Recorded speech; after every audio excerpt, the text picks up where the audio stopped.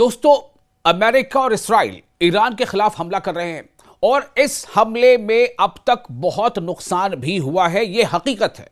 नुकसान ईरान में भी हुआ है और नुकसान इस्राइल का भी हुआ है, नुकसान अमेरिका का भी हुआ है और मजीद नुकसान अमेरिका का ना हो, शायद इसी बात का दबाव है कि डोनाल्ड ट्रंप किसी न किसी तरीके से वो चाह रहे हैं कि अब इस जंग में ठहराव आ जाए, ये जंग रुक जाए, खत्म हो जाए। आज हम आपको ये बताने जा रहे हैं कि तेहरान में अमेरिका और इस्राइल के हमलों में किस तरह का नुकसान, खास तौर से जानी नुकसान कितना है, ये हकीकत है जो आप तक पहुंचना जरूरी है।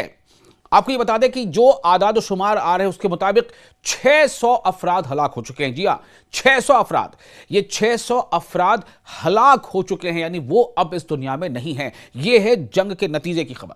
इतना जो खबर रसाई एजेंसी है उसने ये आदाद शुमार जारी की है और तेहरान की इमरजेंसी सर्विसेज के सरबराह मोहम्मद इस्माइल तवक्कली के हवाले से यह कहा है कि इस दौरान तनाज़ा शुरू होने से बाद, यानी जो 28 फरवरी को अमेरिका और इस्राइल ने ईरान पर हमला किया था, उसके बाद से ये जो आदाद शुमार अभी आए हैं, दारुल हुकूमत में 636 अफराद हलाक और 6,848 जख्मी हो चुके हैं। यानी ये जो सैकड़ों का फिगर है वो 600 है और उसमें अगर आगे इजाफा है तो वो 636 का है। तेहरान का सिर्फ ये डेटा आपको हम बता रहे हैं।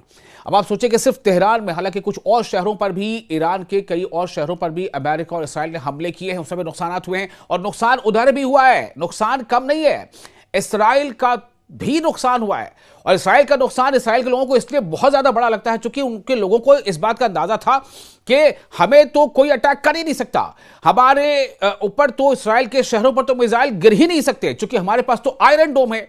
लेकिन जो नुकसान ईरान ने किया है ना, वो वहां के लोगों को शायद उन्हें यकीन नहीं था कि इस तरह का नुकसान कोई भी मुल्क हमारे ऊपर हमला करके कर सकता है। बहरहाल आपको हम ईरान के बारे में थोड़ा बता दें कि 636 अफराद हलाक हुए हैं और 6,848 जख्मी हो चुके हैं। तेहरान में तकरीबन 430 मकामात पर हमले हुए हैं। 430 मकामात पर सोचिए आप जरा, सिर्फ शहर तेहरान जो ईरान की राजधानी है, दारुल हुकूमत है, कैपिटल सिटी है, वहां 436 मकामात पर, 430 से ज्यादा मकामात पर हमले हुए हैं।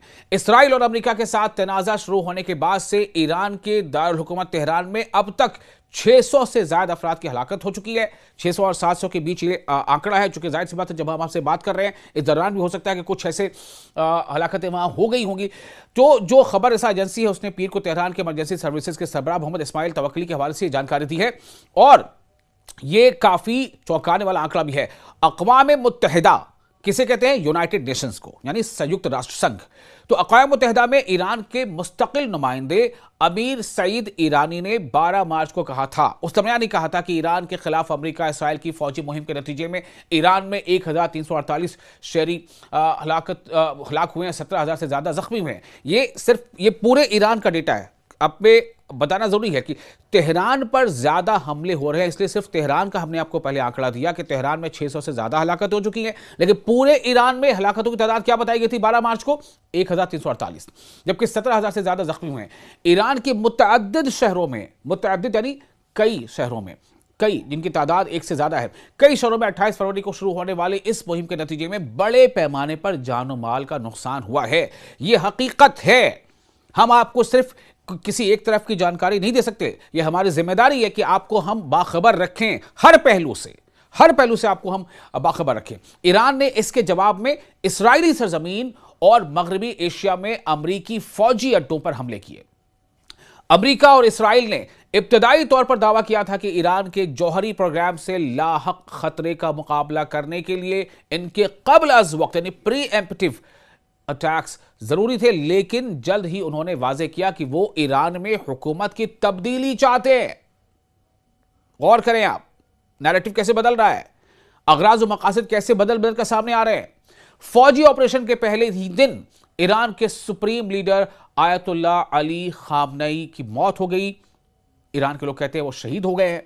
इस्लामी जमहूरिया ने 40 रोजा सोग का ऐलान किया, लेकिन इन सब के बीच हमले होते रहे, लेकिन ईरान भी डटकर उन हमलों का जवाब देता रहा।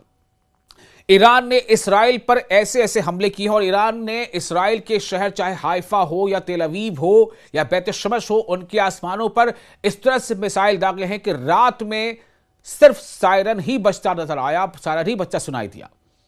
और इसराइल के लोग भले ही वो बच गए हों, कई हमलों में कई हलाकतें भी हुई हैं। शुरुआती हमले में ही बैत शमस में 12 लोग मारे गए थे। उसके बाद तो कई हलाकतें हुई। हालिया जो हमला हुआ है ईरान का इसराइल के डिमोना में, जो न्यूक्लियर साइट जहां पर जिस इलाके में है, डिमोना और अरद में, उनमें बताया जा रहा है, जो गैर तस्दीक शुदा रिपोर्ट है उसके मुताबिक 200 के आसपास सिर्फ हलाकतें हुई हैं और जख्मी तो बहुत हैं। लेकिन आपको मालूम है कि इसराइल ने वहां खबरों पर सेंसरशिप लगा रखी है, इसलिए खबरें बहुत कम ही वहां से आ पाती हैं। लेकिन कई ऐसे जराए हैं, सोशल मीडिया का जमाना है, इसलिए चीजें वहां से आ जाती है। और खुद हमारे भी नुमाइंदे, न्यूज़ 18 के नुमाइंदे रिफत अब्दुल्ला वहां मौजूद हैं, हमने उनकी कई बार रिपोर्ट्स भी आपको दिखाई है। तो इसलिए वहां पर इतनी ज्यादा हलाकतें के साथ साथ वहां इतनी ज्यादा तबाही मचाई है ईरान ने कि ये इसराइल के लोगों को शायद तवक्को नहीं थी। बहरहाल ये जंग के वो नताइज हैं, जंग का हदफ चाहे जो हो, जंग के बहाने चाहे जो हो, जंग के सामने चाहे जो हो, लेकिन जो आम लोगों की हलाकतें भी इसमें होती हैं, उसे जानना, उसे समझना बेहद ज़रूरी होता। और इसलिए हमने आप तक ये पहुंचाने की कोशिश की है ताकि आपको हम हकीकत से बाखबर रख सकें। मैं हूं आपका दोस्त विशाल, आप देख रहे हैं न्यूज़ 18 का सोशल मीडिया प्लेटफॉर्म।